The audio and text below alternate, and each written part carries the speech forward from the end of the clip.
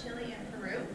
Now, we are used to seeing those penguins in movies like Remember the Penguins or Happy Feet, where it looks like penguins are always found in those cold, snowy areas, but only 14 of the 18 are going to be found in the warmer regions. Those 4 of the 18 are going to be found in those Antarctic, cold, frigid regions like we see in those movies. Now, besides South America, they can also be found in South Africa, New Zealand, Australia, and even the Galapagos Islands, to name a few. Now, the one thing that all 18 species do have in common, though, is that they are all found below the equator in that southern hemisphere, and they're all found near a cold ocean. So, cold ocean currents are going to pack a lot of nutrients that are really important for those schooling fish that these penguins are going to be feeding on in the oceans. So these guys got that Humboldt penguin name from the Humboldt Current that flows up on that west side of South America. And you can see Kristen is feeding out some fish to our colony. Any guesses on what kinds of fish a Humboldt penguin might eat? Sardines, yeah. What other fish do we think they might eat? Anchovies, yeah. Squid, you got it. So this is definitely a diet for our wild Humboldt penguins. Now their diet here is going to look slightly different because we are getting our fish from sustainable sources. What that means is that the anchovies that these guys would be eating out in Peru and Chile are being commercially overfished out of those oceans, so we don't want to take more out of there. We want to get ours from a different spot. So we're leaving enough for the colony's wild counterparts to eat. So our anchovies are actually coming from a source in California.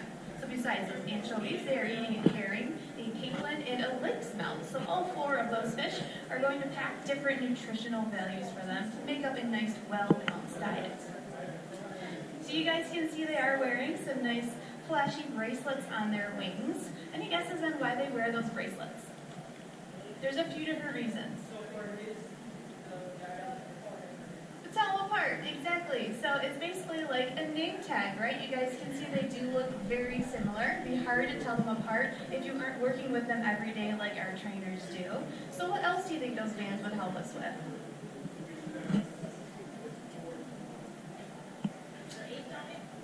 Their age?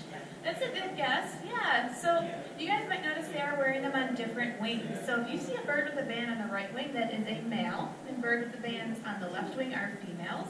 And then lastly, you guys are going to see some repeating colors in there. You're going to see a couple of greens, a couple of reds, a couple of blues, and that signifies a mated pair. So we have 5 mated pairs within our colony of 16 here. And it's really important that we do because we are a part of a species survival plan. So we work with other zoos and other aquariums, a part of that same Humboldt Penguin SSP.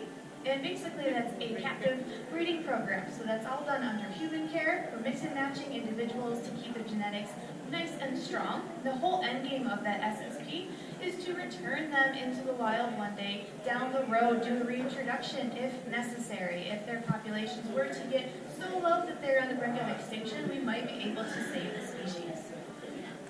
Now I'll pause for a second. Do you guys have any questions for Kristen? You guys will get plenty of chances to ask questions. I just thought I would stop my penguin rambling for a second to see if you guys had any thoughts or questions. All right. Well, you guys might notice we have 2 members of our colony that look a little bit different than the rest. They are both in the water, and this is one right here with the pink band on his right, that is Cusco. And his brother with the orange band is PT.